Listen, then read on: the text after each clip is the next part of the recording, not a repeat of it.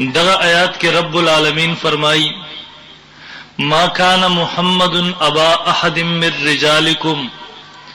ند محمد صلی الله علیه وسلم ابا احد من رجالکم پلار د یو کس د سړو ستاسو نه، ولکن رسول الله لیکن رسول د الله دی، وخاتم النبیین او ختم دی د نبیانو د پاره، وخاتم النبیین او د انبیاو د سلسله اخرنی کړی ده، وخاتم النبیین او آخری نبی دی، وکان الله بكل شیء علیما۔ محترم دی آیات مبارکه کی رب العالمین اولنی جملے کی د ټولو انسانانو د تمام سلو د نبی علیہ الصلوۃ والسلام د ابوت نسبی نفی کړی ده، د دې خبرې نفی کړی ده الله رب العزت چې نبی علیہ الصلوۃ والسلام پستاسو سره پتاسو کې د هیڅ چا سره د ابوت جسمانی رشتہ نشته، ولکن رسول الله مخکې د دویمه خبرې اثبات کړه ده چې ابوت روحانی رشتہ وي د امت سره۔ بیا ذهن کې اشکال راتلو پروردگار او روحانی رشتہ چې د امت د نبی علیہ الصلوۃ والسلام سره کومه بحال ده، آیا دان وراثت او دا رشتہ په نبوت او رسالت کې همي کپدی کې بنئی؟ الله رب العزت داغه جواب وکړو نانا وخاتم النبیین، نبی علیہ الصلوۃ والسلام آخری نبی دی، د نبی علیہ الصلوۃ والسلام نرست س قسم نبی اگر نشی راتله، د نبی علیہ الصلوۃ والسلام نرست س قسم نبی اگر نشی جوړه دی، د نبی علیہ الصلوۃ والسلام نرست س قسم نبی نشی پیدا کړي، د نبی علیہ الصلوۃ والسلام نرست بل چاته نبوت نشی ملاوي دی۔ دغه اشکال ختم کو د نبی علیہ الصلوۃ والسلام دعوت او پروګرام هغه د روحانی اولاد چې هغه ابو بکر دی، هغه عمر دی، هغه عثمان دی، هغه علی دی، هغه معاویه دی رضی الله عنهم اجمعین، هغه صحابه دي، تابعین دي، هغه مسلمانان دي چې په نبی علیہ الصلوۃ والسلام باندې ایمان راوړو۔ محترم تاسو غور کوئ، ز خپل خبرې لور اعظم زمونږ د مسلمانانو اجماعي عقیده او نظریه د عالم چې نبی علیہ الصلوۃ والسلام آخری نبی دی، په خپل نبی علیہ الصلوۃ والسلام فرمایي زما مثال او د مخکینه انبیاو مثال د هغه محل دی چې یو کس خسته محل او خسته مکان جوړ کو، یو طرف ته دی وی خختي زې خالی پرې خودو، خلق راضی د دې محل نه چاپیریږي تاویږي، د دې ډیر زیات صفت کوي، دغه محل هغه سنا بیانوي، لیکن د دې سره وی کاش دا یوې خختي زې په غالي نه پرېخه، دا د یوې خالی خختي زې دام ډک شوی۔ نبی علیہ الصلوۃ والسلام فرمای فانا اللبنۃ، ز هغه خختم وانا خاتم النبیین، ز اخری نبی یم۔ زمونږ د مسلمانانو اجماعی نظریه ده نبی علیہ الصلوۃ والسلام اخری نبی دی، د انبیاو د سلسله د پاره نبی علیہ الصلوۃ والسلام سره دغه سلسله ختم شو، د نبی علیہ الصلوۃ والسلام نرسته څه قسم نبی راتلو عقیده لرل، د نبی علیہ الصلوۃ والسلام نرسته یو انسان داوو کې زن نبی ما، زمونږ د اهل سنت والجماعت د مسلمانانو عقیده او نظریه ده۔ حافظ ابن کثیر رحم الله فرمای فهو دجال کذاب ضال مضل، دغه د نبوت داو کوونکې دجال دی، دا کذاب دی، دا افاق دی، دا زوال او مزل دی۔ محترمو یو هغه انسان چې د نبوت داو کړی دا، دویم په د باندې ایمان راوړون کې دام کافر دی، اسلام نه خارج دی۔ ہاں امام اعظم ابو حنیفہ رحم اللہ پسلک دار ہے، حضرت امام صاحب رحم اللہ ډیره عجیب خبره ارشاد فرمایلا، امام صاحب رحم اللہ فرمای یو انسان د نبوت داو وکړه دام کافر دی، یو انسان په دې باندې ایمان نه دی راوړی، صرف ددنه دومره مطالبه وکړه تا د نبوت داو کړی د ستاسره دلیل څه دی، ددنه مطالبه وکړه تا د نبوت داو کړی د لګم معجزه وخایا، لګ دلیل وخایا ستاسره څه دلیل دی، د کم دلیل په بنیاد باندې، د کمی معجزې په بنیاد باندې تدا خبره کوي چې زنبی ما۔ امام صاحب رحم الله فرمای دواړه کافر شو، حضرت یو کس خود نبوت داو کړی دا، دویم کس ایمان نه دی راوړی، صرف د دلیل او د معجزې طلب یې کړی دی، حضرت دا سړی ولی کافر شو؟ امام صاحب رحم الله فرمای دا سړی زکه کافر شو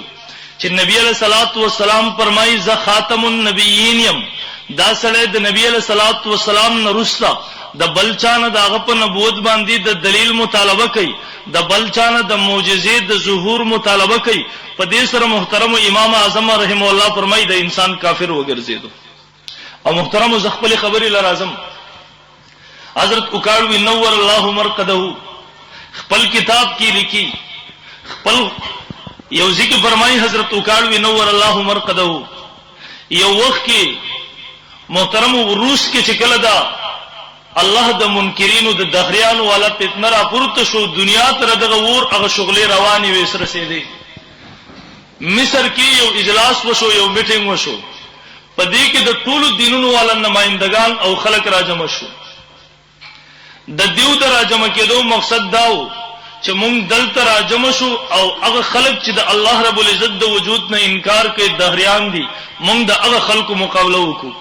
په دې کې يهودم موجود دي، په دې کې نصارام موجود دي، په دې کې عیسایانم موجود دي، په دې کې مسلمانانم موجود دي، یعنی هغه ټول خلک دې کې موجود دي چې سنه درجه کې دیو د الله رب العزت باندې ایمان لري. دې کې محترمو انسانان راجمع دي، توجه کوي محترمو. د ټولو دینونو والا راجمع دي، یو کس صدر جوړ کو. د صدر جوړولو مقصد داو چې د ټولو خبره به دی اوري، د مجلس نظم و ضبط به قائم ساتي. صدر سے بودره دعاوی ته وای زمونږ د اتحاد شوه دی، زمونږ د مجلس جوړ شوه دی د دې لپاره چې مونږ د هغه خلکو مقابله وکړو کوم خلک چې د الله د وجود نه انکار کوي. دی وای زمونږ اتحاد کنن قائم سبب نه، سبا قائم بل سبب نه، راځي په یوه خبره باندې اتفاق وکړو، په یو څو خبرو باندې مونږ راجمع شو چې واقعي د هغه خلکو مقابله وکړو چې د الله د وجود نه انکار کړل دي. زګه چې خپل کور کې اتفاق نه راغله د بار دشمن مقابله به څنګه وکړو، خپل کور کې اتحاد نه راغله بار دشمن سره به مقابله څنګه وکړو. دی وای زما څلور خبرې د اتحاد او اتفاق د پاره دغه د هر نبی منون کې د هر دین او شریعت منون کې هغه دا اگر دې خبرې مطالبه کوي، هغه دا واړي چې زمونږ د نبی شریعت د په پوره دنیا کې خور شي، زمونږ د نبی شریعت دی هغه پوره دنیا ومني. ولها په دې سره به خبره وګد شي، ردی لپاره څلور نکات پیش کوم. ول زما اوله نقطه دا دنیا کې کم یو پیغمبر راغله دی چې هغه د دې خبرې داوا کړی دا چې زه د پوره انسانیت د لپاره الله رب العزت نبی جوړ کړم. صدر سے ور سره یو خبره وکړه، ول چون کې عقل هم د دې خبرې تقاضا کوي، عقل هم دا خبره مني چې په خوا زمانه کې د پریس دور نه وو، په خوا زمانه کې د جاز سہولت نه وو، په خوا زمانه کې دا د ټلیفون د موبایل نیټ وغیرہ ترتیبات سہولیات نه وو. نو العقل هم د دې خبرې تقاضا کوي چې هر علاقې ته الله رب العزت مستقل نبی راولېږي، هر علاقې د لپاره محدود علاقې د لپاره الله نبی راولېږي. دا خلق داغه پر رهنمایي کې الله تزان ورسي. ول اوس عقل د دې خبرې تقاضا کوي د پریس دور دی، د نیټ دور دی، د دنیا د یو ګوټ نه په سکند کې بل ګوټ ته خبر رسیږي. ولنن عقل هم د دې خبرې تقاضا کوي چې د پوره دنیا انسانان دا د یو نبی اتباع وکي، دا د یو نبی په شریعت باندې راجم شو، الله رب العزت تزان ورسي. ول د دې لپاره اوله مطالبه زما ده چې پوره دنیا کې کم یو نبی دي سره چې هغه د دې خبرې داوا کړي د جزا د پوره انسانیت د لپاره الله نبی جوړ کړی ما. هغه صدر سے پخپل ویلا ولکه يهود د دې خبرې داوا کوي، نو دا خبره غلطه ده، ځکه چې موسی علیه السلام پخپل اعلان کړی دی زه الله رب العزت صرف د بنی اسرائیل د پاره نبی را لېږلم. موسی علیه السلام داوا صرف د بنی اسرائیل تر حد پورې ده. اوس کې دا غيو امتی را پاسی کی هغه داوا لري چې موسی علیه السلام الله د انسانیت د پاره نبی جوړ کړی دی. نو الله مدعی سوس گواچوس والا خبره شو، دې ته خو ایسا دې خبرې له خو ایسا اعتبار نشتی. به عیسایانو ته وایي ک پل پرز عیسایان د دې خبرې داوا کوي عیسی علیه السلام الله د پوره انسانیت د پاره نبی را لېږل دی. نو الزام غلط را، ځکه عیسی علیه السلام په خپل د دې خبرې داوا نه کړی. او هو مونږ ته انجیل کې دا خبره ملاويږي چې عیسی علیه السلام له یو زنانه رااله ول ماته دعا وکا، ماته نصیحت وکا، د دې زنانه تعلق د بنی اسرائیل سره نشته. عیسی علیه السلام ول جواب ورکوي وایزا ز الله رب العزت د دې د پاره نیم را لېګل چې انسانانو ډوړې سپوت او غرزوم. د عیسی علیه السلام په خپلم داو نشتی کداغه امتی پاسی کې دا داو کوي نو دا هم مدعی سوس گواچوس ولا خبره شو دې کې محترم په پوره مجلس کې د خبرې مطالبه تمام دینونو والا سر ټټ کړه د یو څوک پانه سیدو اخر کې یو مسلمان عالم پاسه دو د مسلمان عالم سره قران ور سره د لاس کې وې څنګه چې الله رب العزت د دې خبره اعلان کړه د جز رب العالمین یما د قصید نبی علیہ الصلوۃ والسلام د پر اعلان کړه دی الله رب العالمین محمد رسول الله رحمت للعالمین الله رب العزت رب العالمین محمد رسول الله کافۃ للناس بشیرا و نذیرا محمد رسول الله د پوره انسانیت د پاره الله نبی جوړ کړی دی د قیامت پوری راتلونکو خلقو د پاره نبی جوړ کړی دی دې کې مسلمان عالم کې ناستو صدر سے ویل اوله مطالبه اولی نقطې باندې موږ راجم شو دنیا کې یو نبی دې سره راغله او چاغره دې خبرې داوا کړې و او هغه صرف او صرف محمد رسول الله صلی الله علیه وسلم تکبیر نعرہ تکبیر درې مجلس دویمه خبره وکړه ول زما دویمه خبره دادا چې دنیا نن تعلیم یافته ځان ته وي دنیا کې خلکو دو درې ټکي نه زده کړه نن بغیر دلیل سو کې وی خبرې منلو ته تیار نه دي ویل یاد نن خلک مطالبه کوي د دلیل مطالبه کوي چون کې د نبی د نبوت دا غیر دلیل د معجزې چې مخالف د دې د مقابله نه عاجز شي ویلکم په دې انداز سره نن خبره شروع کو چې د هر نبی امتی د پاسيږي د خپل نبی معجزات بیانول دي شروع کی نو خبره به وګد شي لری پوری به ورسیږي هیڅ پوری به سمون ونه خوري اها زب خبره مختصر کم زب په دې انداز سره وایم چې دنیا کې نن کم یو نبی دسه دی چې دا غو معجزه مونږ دنیا ته ژوندۍ وخایو اوس محترم تاسو غور وکئ د موسی علیہ الصلوۃ والسلام معجزه یو انسان بیان داغه کول شي د عیسی علیہ الصلوۃ والسلام معجزه یو انسان داغه بیان کول شي د ابراهیم علیہ الصلوۃ والسلام معجزه انسان داغه بیان کول شي لیکن محترم دنیا ته څوک خوده نشي دې کې يهودو نه څوک پانه سيرو د یو دین نبی امتیانو کې هم داغه امتی پات د یو امتی هم پانه سيرو یو عالم پانه سيرو چې د خپل نبی د نبوت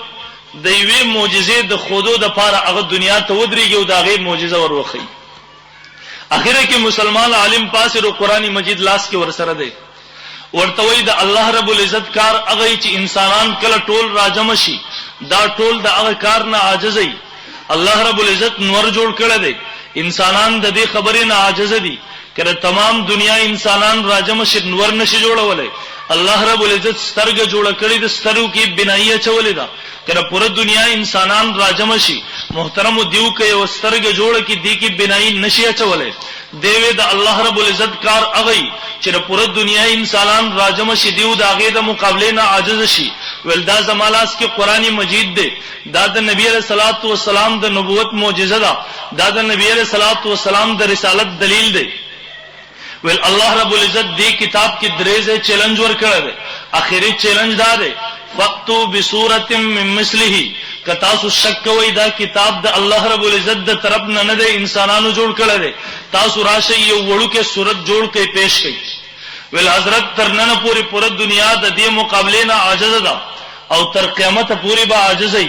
دا کتاب د نبی علیہ الصلوۃ والسلام هغه معجزه ده چې مونږه ننم خایو تر قیامت پوری ان شاء الله العزیز د نبی علیہ الصلوۃ والسلام مونږ کې هغه دنیا ته خو دې شي د خاموش شو وای چلو دویمه خبره باندې اتفاق راغی زما درېمه خبره پاتې ده دنیا کې مونږ هغه نبی هم تلاش کو چې هغه رحمت د پوره انسانیت د پر الله نبی را لېګل دي دنیا کې مونږ هغه نبی هم تلاش کو چې هغه د نبوت دلیل هغه مونږ دنیا ته ورخودل شو ول دریم زما مطالبه ده چې د نبی تابعداري کیږي ردی د پاره د نبی اطاعت کیږي د پاره چې داغه پر راوړی شریعت باندې داغه پر راوړی احکام باندې انسان عمل وکي الله تعالی ورسي ول دنیا کې کم یو نبی دي سره چې داغه احکامات داغه راوړی دین هغه محفوظي نن موږ داغه نه رهنمایي حاصله کو عمل په وکو الله تعالی ورسو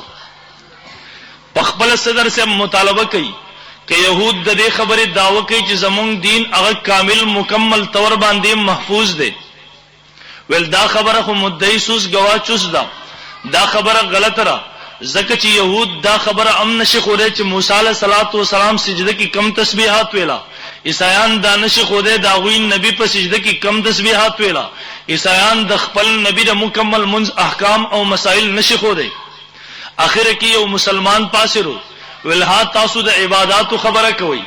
تاسو د عبادتو تر حد پورې سوال کړی دی، زمونږ د نبی عبادت سچ داغه عادت هم محفوظ دي. تاسو د عبادتو سوال کړی دی چې نبی علیہ الصلوۃ والسلام به مون څنګه کو، روزه به څنګه نیوا، نبی علیہ الصلوۃ والسلام به حج څنګه کو، نبی علیہ الصلوۃ والسلام به jihad څنګه کو. ول تاسو د عبادتو خبره کوي، زمونږ د نبی عادت هم محفوظ دي. نبی علیہ الصلوۃ والسلام به خندل څنګه، نبی علیہ الصلوۃ والسلام به قدمونه څنګه غستا، نبی علیہ الصلوۃ والسلام به تلو څنګه، د نبی علیہ الصلوۃ والسلام دا تمام عادت هم محفوظ دي. الحمدلله. تکبیر. چغی موایي تیم نشته، چغی موایي. دوبۍ نه یو جماعت راغله او تبلیغی جماعت والا، هغه ځکه یو نوجوان ولاړ دی، یو نوجوان خبره کوي، د یو یونیورسيټي سره تعلق ساتي. دی وایي زه چې کوم یونیورسيټي کې ومم، ول د دې یونیورسيټي یو لیکچرر، یو پروفیسر د دې مور مسلمان شو، د سره وجنه مسلمان شو. ول زه راوغختما ما ته وی چې تراشه بچی هغه مازیګری چې ته په کومي طریقې سره تک کې تلل کې هغه لګ بیا وکا. ول ما په هغه طریقې سره تک وکو، مزل مې وکو. ول ما ته وی چې دا ته ولې دې تک کې ډېر خستخکاری بچی دی کی. ول ما ورته ویلا چې د نبی له صلوات و سلام عادت مبارکه محفوظ دي. شمائل ترمذی یا نور کتابونو کې علماء را جمع کړی دي. ما ورته وی نبی علیہ الصلوۃ والسلام په دې طریقې سره قدمونه غستا، نبی علیہ الصلوۃ والسلام په دې طریقې سره ګرځیدل کول. ول ز صرف هغه د نبی علیہ الصلوۃ والسلام دغه عادت مبارک چې څنګه ګرځیدو زه دغه یو نقل کومه، زه دغه یو ترس کومه، زه دغه په شان باندې د مازیګر یو مشق او ترس کوم چې زمام عادت جوړ شي. ول هغه لیکچرر دغه مور مسلمان شو کلی به ویلا. دی وی زمونږ د نبی عادت هم محفوظ دي، د نبی علیہ الصلوۃ والسلام عبادت هم محفوظ دي، شریعت مکمل طریقې سره تدوین شوه دی. دی وی چلو درې خبرو باندې زمونږ اتفاق راغی.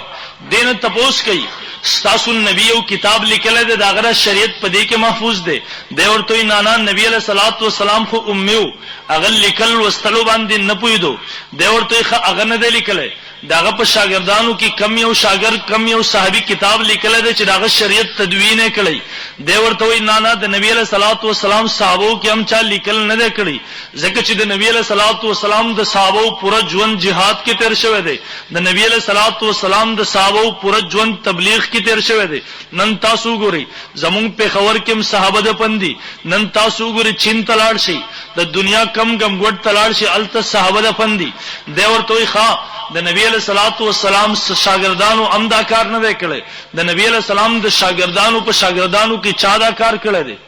دی ورله جواب ورکړي د صحابه یو لوی شاګرد حضرت امام اعظم ابو حنیفه رحم الله ته الله دا سعادت نصیب کړی دی چې امام ابو حنیفه رحم الله د نبی علیہ السلام دین لیکل دی. امام ابو حنیفه رحم الله د نبی علیہ الصلوۃ والسلام د دین تدوین کړی دی. نن د امام ابو حنیفه رحم الله فقہ ورته ویل کیږي، د امام ابو حنیفه رحم الله اصول فقہ ورته ویل کیږي. امام صاحب رحم الله د نبی علیہ الصلوۃ والسلام شریعت تدوین کړی دی، غیر محفوظ کړی دی. د قیامت پورې راتلونکي مسلمانان به ان شاء الله غي باندې عمل کوي. او دا مورخ لیکي وای دی وخت کې یو يهودي پاسې رو په چغو چغو یو جړل. ول کاش چې یو امام ابو حنیفه رحم الله دا موسی علیہ الصلوۃ والسلام په امت کې هم پیدا کړی وي. نن به موږ مسلمانانو مخې ته اغسر کوزي نه ویناس، نن به موږ لا جواب نه ویناس، نن به زموږ سرونه پورته شوی وي. دې کې عیسایانو یو قسم په چغو چغو و جړل. صدر مجلس ورله جواب ورکړي د جړا ضرورت نشته، ځکه مخکینی دینونه مخکینی شریعتونه د خاص محدود علاقه محدود زمانه د پاره. الله رب العزت تدا منظور نه و چې مخکې و چلیږي. الله رب العزت تدا منظور و هغه د فیصله کړی و چې نبی علیہ الصلوۃ والسلام دین د خاص علاقه د پاره نه دی، د خاص زمانه د پاره نه دی، د پوره انسانیت د پاره دی، د قیامت پورې دی. د امام ابو حنیفه رحم الله ضرورت د نبی علیہ الصلوۃ والسلام په امت کې الله غي کې پیدا کړل دی. صدر مجلس سے پاسه دو ویل چلو نن د آیات ساتي کم کس چې امام ابو حنیفه رحم الله په ذات په باره کې بکواس کوي، د امام شافعی رحم الله د ذات په حواله سره ګستاخی کوي، د امام احمد بن حنبل رحم الله یا د بل امام په باره کې د غلط جبه خوځي، د غلط قلم خوځي، تاسو په دې پوه شئ دا امام ابو حنیفه رحم الله د ذات جنگ نه دی، دا د امام ابو شافعی رحم الله د ذات جنگ نه دی، دا د امام احمد بن حنبل رحم الله او امام مالک رحم الله د ذات جنگ نه دی. والله العظیم دا د دین اسلام هغه جنگ دی چې یو سړی برای راست په دین او شریعت باندې عمل کوي، یو سړی برای راست په دین او شریعت باندې گزار او حمله کوي، یو سړی برای راست په دین او شریعت باندې حمله نشي کولای، د په هغه کړو باندې گزار کوي د چا په ذریعہ سره چې د نبی علیہ الصلوۃ والسلام شریعت مونږ ته رسیدلې ده، چا په ذریعہ سره چې الله رب العزت د نبی علیہ الصلوۃ والسلام د شریعت حفاظت کړي ده. دا یاد وساتئ ک یو سړی د قادیانی په شکل کې په اسلام گزار کوي دام د دین دشمن دی، ک یو سړی د امام ابو حنیفه رحم الله په ذات باندې گزار کوي د خپل ځان د قران او سنت په نوم باندې قوم ته متعارف کوي، په دې خبره پوه شه دا امام ابو حنیفه رحم الله د ذات دشمن نه دی، والله العظیم دا د دین او شریعت دشمن دی. برال محترم وارث میں کو دیوی زما سلورمه خبره دادا دنیا کی کوم په یو نبی باندې ایمان راوړو، یو نبی اومنو، کله کله د څه وشي یو نبی راشي دا هغه نه برسته بل نبی راشي، وسکه په دغه یو نبی باندې تا ایمان راوړل دی، د دین رست راتلون کې نبی باندې ایمان رانوړي په دې سره کافر ګرځي انسان. یو انسان ایمان راوړل دی په موسی علی السلام باندې، د دین پس عیسی علیہ السلام راغله دی، که په عیسی علیہ السلام باندې ایمان را نوړو دغه ایمان د جهنم نه نشي بچ کولای، دغه ایمان د کفر نه نشي بچ کولای. یو انسان په عیسی علیہ السلام باندې ایمان راوړل دی، د عیسی علیہ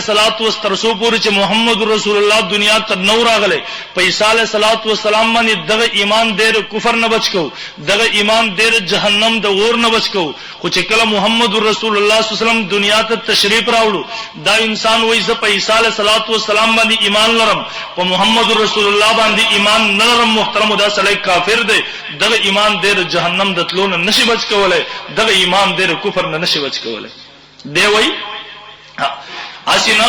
مونږ په یو نبی باندې ایمان راوړو داغه په شریعت باندې عمل شروع کو، اسینه مونږ ته علم نه د دن رست بل نبی راشي، مونږ ته هغه نبی علم نه او داغه د وجنه مونږ کافر ونه ګرځو، مونږ ایمان نه راوړل د دې د وجنه مونږ کافر ونه ګرځو. دی وایي دنیا کې کم یو نبی دسی تیر شوی دی چې هغه دا داوا کړی دی چې زه آخري نبی یم. دنیا کې کم یو نبی دسی تیر شوی دی چې هغه دا داوا کړی چې زه جواب راکوي چې خپه خو نه یې کنه ستړي خو نشوي به مال جواب راکوي ان شاء الله. کله چې بیان د عقیدې بیا په دې کې اخو سیدل پکاري. وس خطیب دا غواړي زپا خطابت وکم زه ګرم شم په سټیج باندې خبره وکم، خدا دا چې کله بیان د عقیدې هغه کې بیا داسې نه کیږي، به څه خبرې به تاسو کوئ سبزه کوم ان شاء الله خبره به مخکې چلیږي. ټیک ده کنه ان شاء الله. دی وایي دنیا کې کم یو نبی د سره چې هغه دا داوا کړل چې زه آخري نبی یم. يهود خاموش دي، عیسایان خاموش دي، تمام دینونو والا خاموش دي، مسلمان عالم پاسرو دې سره د قران مجید پلاس کې دی. وې څنګه چې الله رب العزت اعلان کړی دی زه رب العالمین یم، دغه سي دې قران کې اعلان کړی دی ما كان محمد ابا احد من رجالكم ولكن رسول الله وخاتم النبيين. نبی علیہ الصلوۃ والسلام خاتم النبیین دی، نبی علیہ الصلوۃ والسلام آخری نبی دی. د نبی علیہ الصلوۃ والسلام باندې ایمان لر څنګه چې په نبی علیہ الصلوۃ والسلام رسالت منل ضروری دی. د دې سره صرف د نبی علیہ الصلوۃ والسلام یو سره د دې خبرې قائل دی زه نبی علیہ الصلوۃ والسلام نبی منم، زه نبی علیہ السلام رسول منم، زه د نبی علیہ الصلوۃ والسلام پراوړ شریعت باندې عمل کوم. د عمر ایمان دې د کفر نه نشي بچ کولای، د عمر ایمان دې د جهنم تلو نه نشي بچ کولای. څنګه چې په نبی علیہ السلام پر رسالت باندې ایمان لرل ضروری دي، دغه چې په دې خبره ایمان ضروری دي چې نبی علیہ الصلوۃ والسلام خاتم النبیین دی، آخري نبی دی. نبی علیہ الصلوۃ والسلام آخري نبی منل دا ضروری دي، د ایمان د پاره دا ضروری دي. سوخ کې قادیانت فتنه چې راپورته شو، زموږ علماء زې په زې خپل یې نه وبېولې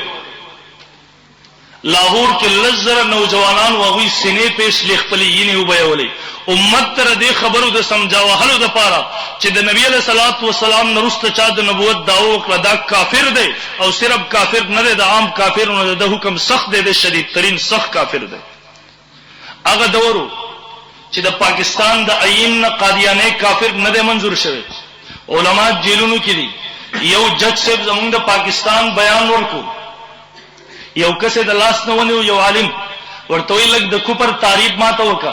تاسو چغي وای قادیانه کافر دی قادیانیان کافر دي مرزایان کافر دي وی یو ځوان لګ د کوپر تعریف وکا دی ورته خاموش شو. هغه جج اخبار کې بیان ورکو وی دا خو عجیب مولیان دي یو سړی ته کافر وای او د کفر تعریف نو ورځي. مولانا ادریس کاندهلوی رحم الله بیان ورکو در دارالعلوم دیوبند شیخ التفسیر دی د جیل کې دی د اغازینه بیان ورکو ویل جج صاحب د ما عدالت تر اوغړی د کفر تعریف ورته زکوما. جج صاحب د عدالت تر اوغختو د جج صاحب اشکال داو چې مرزا غلام احمد قادیانی ملعون د دې خب اغستاو سره نبی علیہ السلام نبی منی اغستاو سره محمد رسول الله محمد الله رسول منی هغه د نبی علیہ السلام پراوړ شریعت باندې د ایمان لرلو دعوه لري اگر چې دا دعوه غلطه ده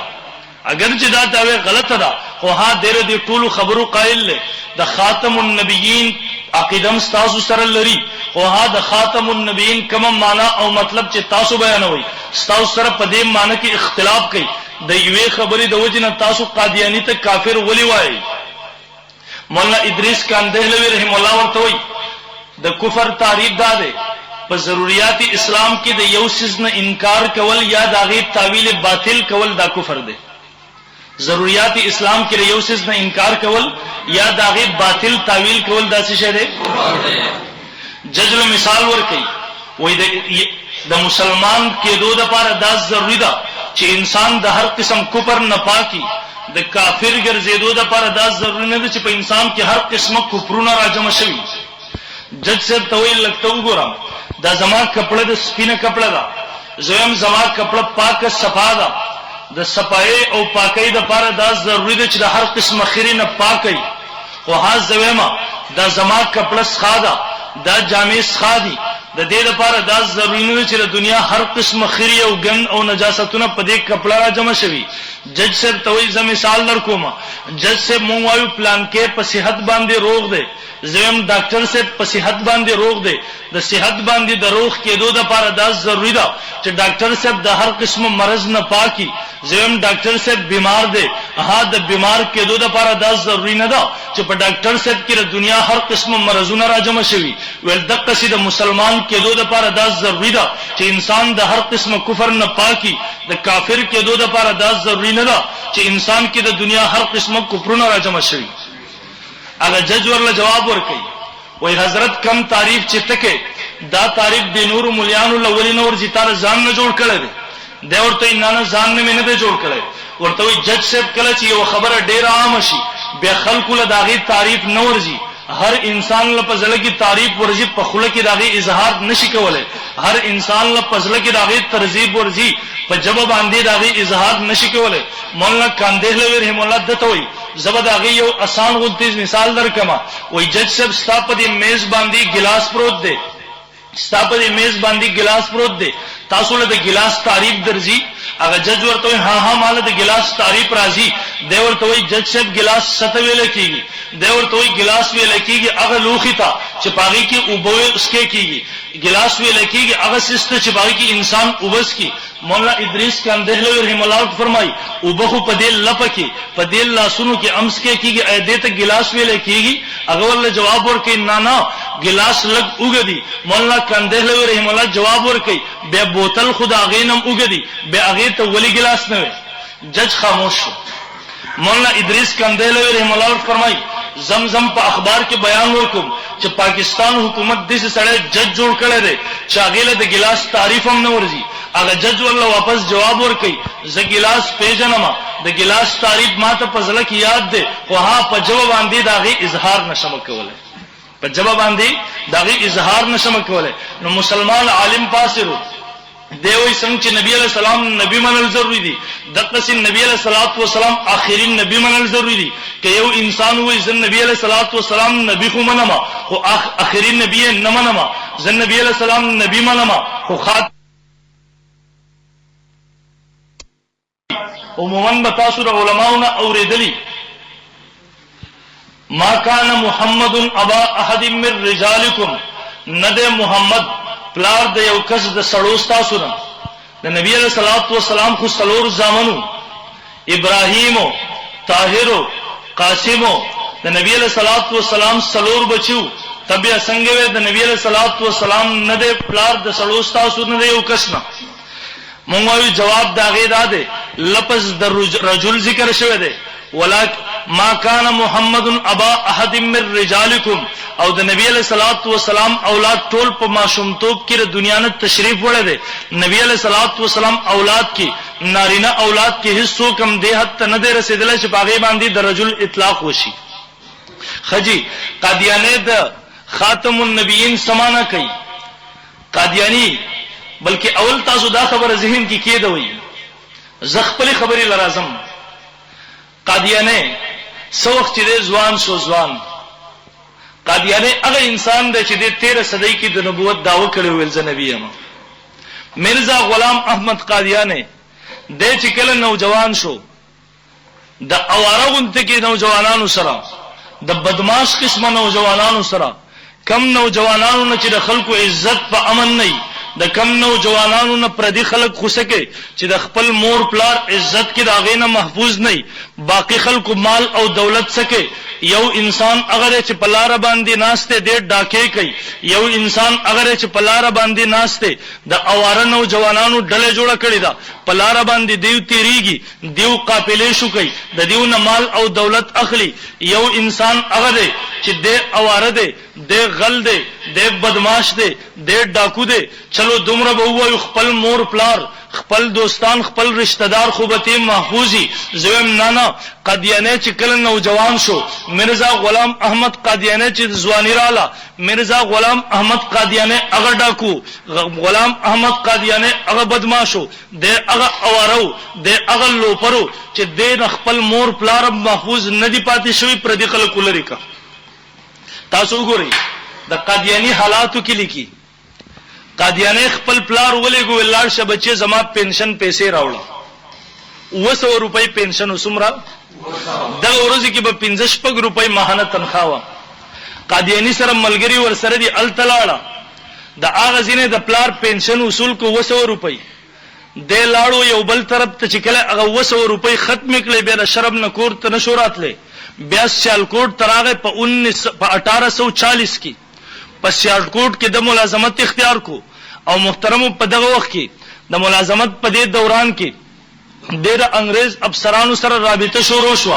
په دې وخت کې محترمو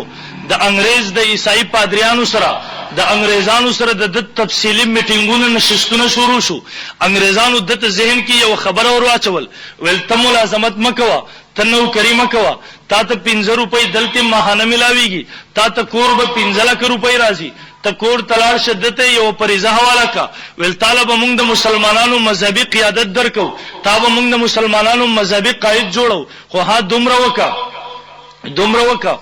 چې ته قادیان تلار ش التوسیګه د مسلمانانو کوم نظریه د جهاد متعلق جوړه شوې ده دا نظریه ختمه کا د مسلمانانو ذهنونو کې دا ور واچو چې جهاد منسوخ شوی دی جهاد د هغه زمانه سره تعلق ساتو وس جهاد نشته قادیانه دلته کې ناستو وس قادیانی خو خوب لیدل او چې ماته مذهبي قیادت مذهبي رهنمایي ملاويږي زبم مذهبي لیډر شمه مذهبي قائد بشم د مسلمانانو د قیادت باغ دول به ما سره د الله ماجبه نظام دی دغه وخت کې مرزا غلام احمد قادیانی ملعون باندې مرض راغی مرض پر سر راغی د ماخولیا د طب کتابونو کې لیکلي دي ماخولیا کم مرض دی دا هغه مرض دی چې کله زیات شي به انسان داوا کوي ز غیب دان یم د غیب دانی داوی شروع کی صداوی شروع کی دی وې زره غیب خبرونه پیژنم کله کله د داوا شروع کی ماته د الله تر طرف نه الهام کیږي کله کله د داوا کی یره ماته د الله تر طرف نه پلان کې وحی راځي او کله کله د داو شروع کی د داو کی یره زخو نبی ما کله کله د داو کی د طب کتابونو لیکل دي یره زخو فرشته ما کله کله د داو کی یره زخو الله ما د برای راس هغه حد ورسیږي او به ریه دقه شوی دا د 1840 نه لس کال وروسته مرزا غلام احمد قادیانی په خپل کتاب کشتی نوح 47 باندې لیکي مرزا قادیانی زما ظلم نه غواړي زنن دام نشم کوله چې مسلمانانو په دغه مهذب مجلس کې ز په دغه مهذب معاشره کې چې ما پټکي والا د سپینه جامه می اغوسترا چې زه هغه الفاظ را نقل کما ها نقل کوپر نه باشد د کوپر نقل کول دا کوپر نه زره نقل کوپر نه باشد په بنیاد باندې د مرزا غلام احمد قادیانی ملعون حواله بنقل کم مرزا غلام احمد قادیانی ملعون پخپل دغه بیماری کې د حد ته ورسېرو چې پخپل دغه کتاب کشتی نو 47 کې لیکي دی وی الله رب العزت زما سره هم بستر شو نعوذ بالله الله زما سره سملاستو الله زما سره د خپل رجولیت اظهار وکړو نعوذ بالله زما سره بدکاری وکړه زنا وکړه دا غینه زه حامله شوم دی وی لس میاشت پس زما حمل راغی بیا د الله تر طرف نه ما ته حکم وشو لاړ شپلان کیږي تا الته زلالما د کجوري یو ونوا ما ته وې د دلان دی ودرېګا زره دلان دی ودرېدم ما ته حکم مشو غسخ پیله زور ورکا ما غسخ پیله زور ورکو پاغي باندې ودرېدم دی وې ز پخپل د خپل ځان نه پیدا شوم ز پخپل د خپل ځان نه پیدا دسی سلیم نبی کې دی شي مرزا غلام احمد قادیانی هغه انسان دی د دعوه وکړه دوی ولکن رسول الله وخاتم النبیین نبی علیہ الصلوۃ والسلام ز خاتم النبیین منما یاره څنګه نبی علیہ السلام خاتم النبیین منی دی وی د خاتم النبیین مطلب دا دی خاتم په معنا د مہر سره دی څه په معنا سره دی خاتم مہر ته ویل کی مخکې دا مہر د الله سره چې پچابه جوړ لګاو هغه به تشریعي نبی جوړې دو وزدامور الله رب العزت نبی علیہ السلام لور کړه دي سو کم انسان چې د نبی علیہ السلام اتباع زیات وکي کم انسان چې د محمد رسول الله اطاعت زیات وکي دا انسان په دې سره هغه مہر په نبی علیہ السلام لګي هغه مہر په لګيږي په دې سره د نبی جوړيږي مون جواب ورکو جوابات نکوم صرف د مرزا د خپل ټیم مناسب خبره کوم مرزا غلام احمد قادیانی ملعون زموږ علماء جواب ورکو ول اے ملعونا ته چې کوم دا داوا کې ما د محمد رسول الله اتباع او اطاعت دومره زیات وکړو چې راغې د وجنه ماته نبوت ملاو شو ول اے ملعونا مونږ یو تپوس کو ابو بکر صدیق رضی الله تعالی د نبی علیہ الصلوۃ والسلام اتباع زیات کړي وا کده قادیان ملعون مرزا غلام احمد قادیانی زیات کړي وا زموږ علماء د قادیانی د ملعون امت نه تپوس کو د قادیانی د ملعون منونکو نه تپوس کو ول عمر فاروق رضی الله تعالی د نبی علیہ السلام اتباع او اطاعت زیات کړي وا کده قادیان یو مردار د قادیان یو مرتد ملعون انسان قادیانی زیات کړي وا ابو بکر عثماني غنی رضی الله تعالی علی رضی الله تعالی یاد نبی علیہ الصلوۃ والسلام صحابه زیات کړي وا ک قادیانی زیات کړي وا ک خبره په اتباع باندې ملاويږي ک نبوت په اطاعت باندې ملاويږي بیا سوجره چې ابو بکر ته دغه نبوت نه ملاويږي قادیانی ملعون ساتي محترمو زمونږ مسلمانانو عقیده او نظریه ده زمونږ مسلمانانو نظریه ده نبوت وهبي سیز ده کسبي سیز نه ده یو انسان په ډېر عبادتونو سره نبی نشي جوړېدل. Hey there. Subscribe to my channel. And also press this bell icon.